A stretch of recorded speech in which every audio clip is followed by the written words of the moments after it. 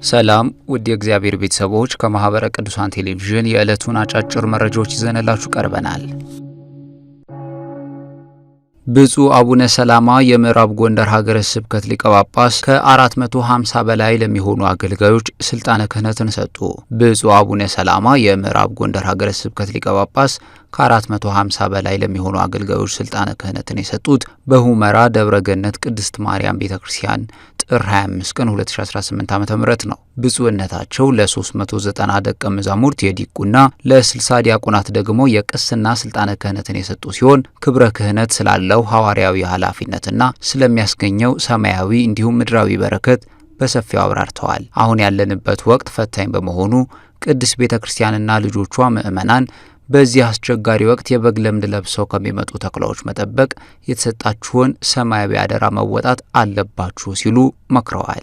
መረጃውን የወልቃይት ጠገዴ ሰቲት ሁመራ ሀገረ ስብከት የሕዝብ ግንኙነት ነው ያደረሰን። ለወረዳ ሊቃነ ካህናትና ጸሐፍት ስልጠና ተሰጠ። በኢትዮጵያ ኦርቶዶክስ ተዋሕዶ ቤተክርስቲያን የስብከተ ወንጌልና ሐዋርያዊ ተልእኮ መምሪያ አዘጋጅነት ለወረዳ ሊቃነ ካህናትና ጸሐፍት በብፁዕ አቡነ ቀለሜንጦስ በኢትዮጵያ ኦርቶዶክስ ተዋሕዶ ቤተክርስቲያን በመንበረ ፓትርያርክ ጠቅላይ ጽሕፈት ቤት የሰንበት ትምህርት ቤቶች ማደራጃ መምሪያና የሰሜን ሸዋ ሀገረ ስብከት ሊቀ ጳጳስ መመሪያ ስልጠናው ተሰጥቷል። ብፁዕ አቡነ ቀለሜንጦስ በአገልግሎታችን የሚያጋጥሙንን ተግዳሮት የምንሻገርበት ስልጠና ነው በማለት ተሳታፊዎች በስልጠናው ንቁ ተሳታፊ በመሆን ብቃት እና ጥራት ያለው አገልግሎት መስጠት አለባችሁ ብለዋል።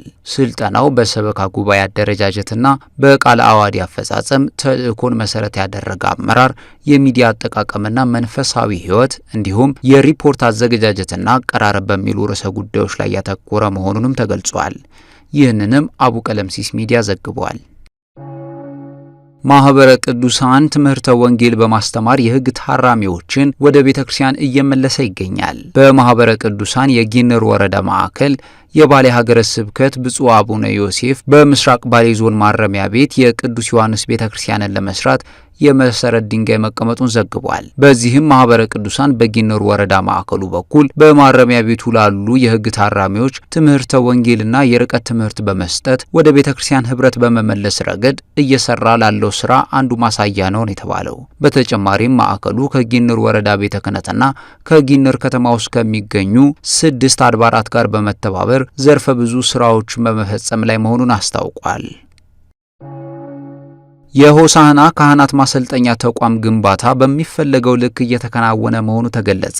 በኢትዮጵያ ኦርቶዶክስ ተዋሕዶ ቤተክርስቲያን በሀዲያና ስልጤ ሀገረ ስብከት በሆሳዕና ከተማ በብፁዕ አቡነ ሕርያቆስ አስተባባሪነት እየተገነባ የሚገኘው የሆሳዕና ካህናት ማሰልጠኛ ተቋም ግንባታው በሚፈለገው ልክ እየተከናወነ መሆኑን የፕሮጀክቱ ሰብሳቢ መላከ ገነት መምህር ቢንያም መንቾሬ ለብህንሳ ሚዲያ ገልጸዋል። የፕሮጀክቱ ተቆጣጣሪ ዲያቆን ኢንጂነር ለዓለም ጥላሁን ተቋሙ ግንባታው ተጠናቆ አገልግሎት መስጠት ሲጀምር የቤተክርስቲያንን ዶግማ ስርዓትና ትውፊት የጠበቁ 192 ደቀ መዛሙርትን ተቀብሎ የሚያስተምር በውስጡም የአብነት ትምህርት ቤት ያለው መሆኑን ገልጸዋል።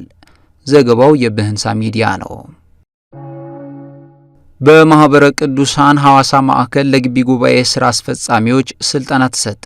በማህበረ ቅዱሳን ሐዋሳ ማዕከል በነባሩ ስርዓተ ትምህርት ግምገማ የተገኙ ጉድለቶችና በክለሳ ስርዓተ ትምህርቱ ትሩፋቶች ዙሪያ ያተኮረ ስልጠና ለግቢ ጉባኤ ስራ አስፈጻሚዎች ተሰጥቷል።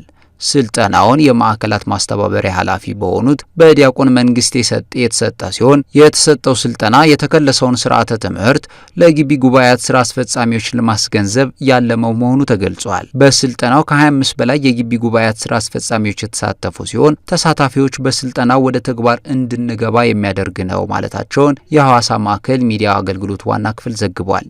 በተያያዘም ጥር 24 ቀን 2018 ዓ.ም ማህበረ ቅዱሳን ሐዋሳ ማዕከል አገልግሎቴን አከብራለሁ በሚል መሪ ቃል ልዩ የአባላት መርሃ ግብር ማካሄዱ ተዘግቧል። በምስራቅ ሐረርጌ ሀገረ ስብከት የሰንበት ትምህርት ቤት አደረጃጀትና የአዲሱ ስርዓተ ትምህርት ትግበራን በተመለከተ ስልጠና ተሰጠ። በምስራቅ ሐረርጌ ሀገረ ስብከት ከሐረር ዙሪያ ወረዳ ቤተ ክህነት እንዲሁም ከባቢሌና ጉርሱም ወረዳ ቤተ ክህነት አድባራት ለተውጣጡ የሰንበት ትምህርት ቤት ወጣቶች የሰንበት ትምህርት ቤት አደረጃጀትና የአዲሱ ስርዓተ ትምህርት ትግበራን በተመለከተ ነው ስልጠና የተሰጠው። በገጠር ያሉ ሰንበት ትምህርት ቤቶችን ያሉበትን ሁለንተናዊ እንቅስቃሴና አደረጃጀታቸውን በመረዳት የስርዓተ ትምህርቱን ትግበራን በተመለከተ የግንዛቤ ማስጨበጫና የሰንበት ትምህርት ቤት መዋቅራዊ አደረጃጀት ላይ ከሀገረ ስብከቱ በተላኩ ልዑካን ስልጠናው ተሰጥቷል። ከባቢሌና ጉርሱም ወረዳ ቤተ ክህነት እንዲሁም ከሐረር ዙሪያ ወረዳ ቤተ ክህነት ሰንበት ትምህርት ቤቶች ለተመረጡ አባላት የሰንበት ትምህርት ቤቶች የስርዓተ ትምህርት ትግበራ በሚል ርዕስ ብሎም የሰንበት ትምህርት ቤቶች መዋቅራዊ አደረጃጀት የሚል ስልጠና በመምህር አለማየሁ እንዳለ የተሰጠ መሆኑን የምስራቅ ሐረርጌ ሀገረ ስብከት ዘግቧል። ለዕለቱ ያሰናዳናቸው መረጃዎች የእስካሁኖቹ ነበሩ። ሰላም፣ እግዚአብሔር ከሁላችን ጋር ይሁን።